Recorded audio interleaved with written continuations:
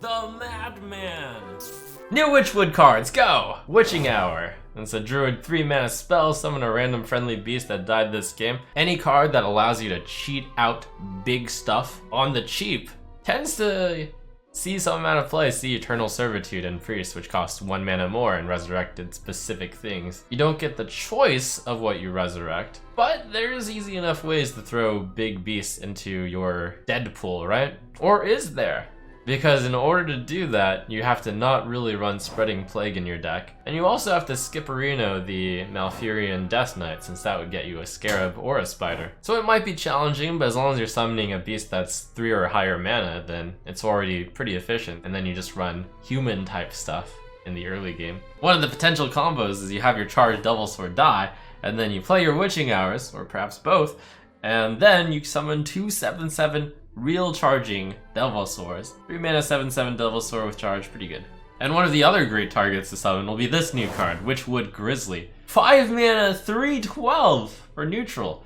Taunt Battle Cry, lose 1 health for each card in your opponent's hand. That means the card itself loses health, by the way, not you. But the card is still extremely good, I think. Very powerful tool against aggressive decks, obviously, since they're gonna have low amounts of cards, and there's a sliding scale.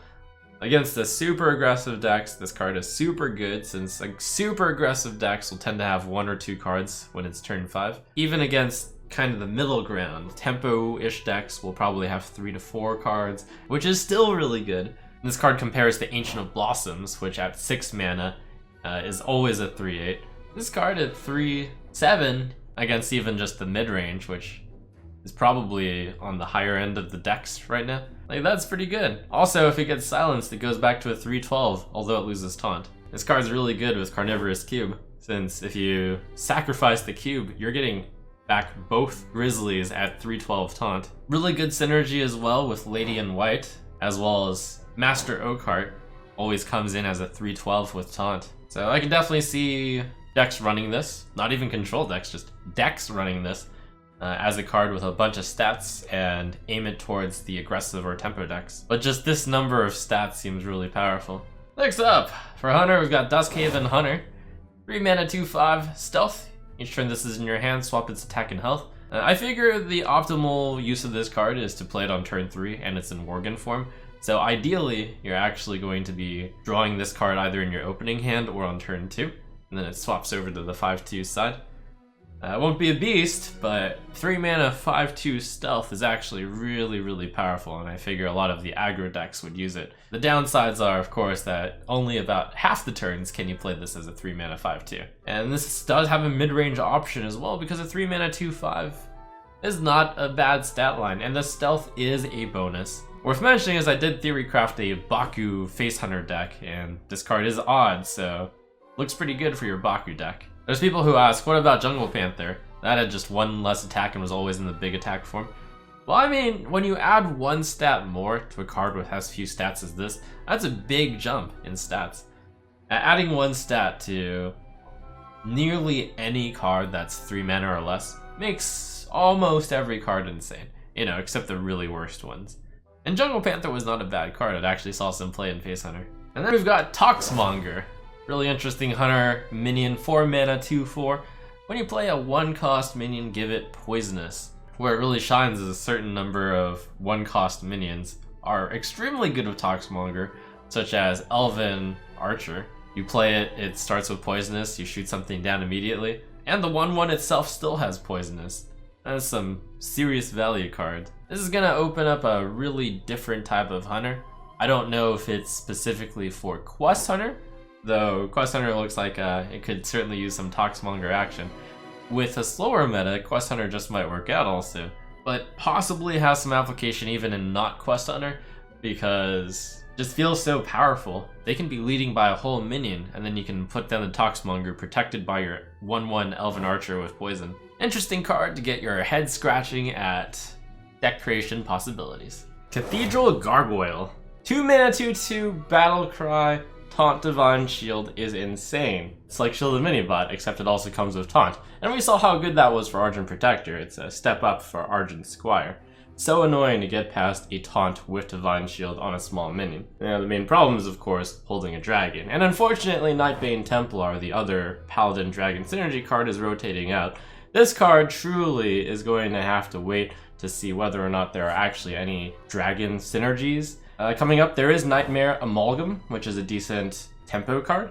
A decent card to pull out with Called Arms is also Fairy Dragon, and I imagine if Cathedral Gargoyle were to see play in the deck, maybe Fairy Dragon also would. Or perhaps this is tilted more towards the late game Control Paladin. Mid-range / Control Paladins also ran a Shielded Minibot just because it was that good. I don't think this card will see play if it is literally the only Dragon Synergy card though, and I don't think that the Rush Dragon Synergy card and this card is necessarily good enough to make a Paladin Dragon Core, so we're gonna see whether or not there's anything else. If not, then perhaps this is a setup for the future where Dragon Paladin might get more support. Woodcutter's Axe, the warrior, very cheeky replacement for Fiery War Axe, 2 mana, 2/2, Death Rattle, give a random friendly minion with Rush +2/+1. Boy, is that a good card.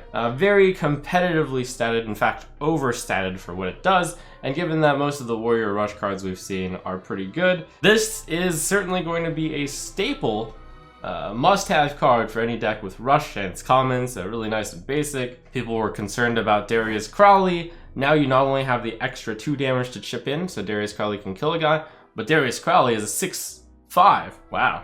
Now, of course, it's important to realize that just because you're building a Rush Warrior deck, you shouldn't just include all the cards with Rush. Given that Wasp appears to be lower on the power curve, perhaps still don't include it. Finally, last and least, Warrior gets a 6 mana Deadly Arsenal spell. Reveal a weapon from your deck, deal its attack to all minions. It's a lot like Dragon's Fury from Big Spell Mage. Now this is Big Weapon Warrior.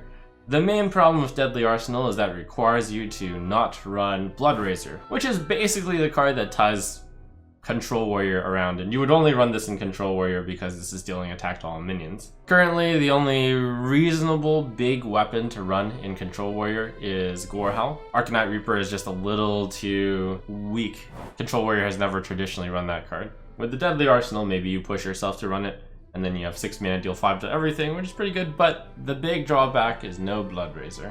However, with Sleep with the Fish is rotating out, maybe Deadly Arsenal is the new replacement.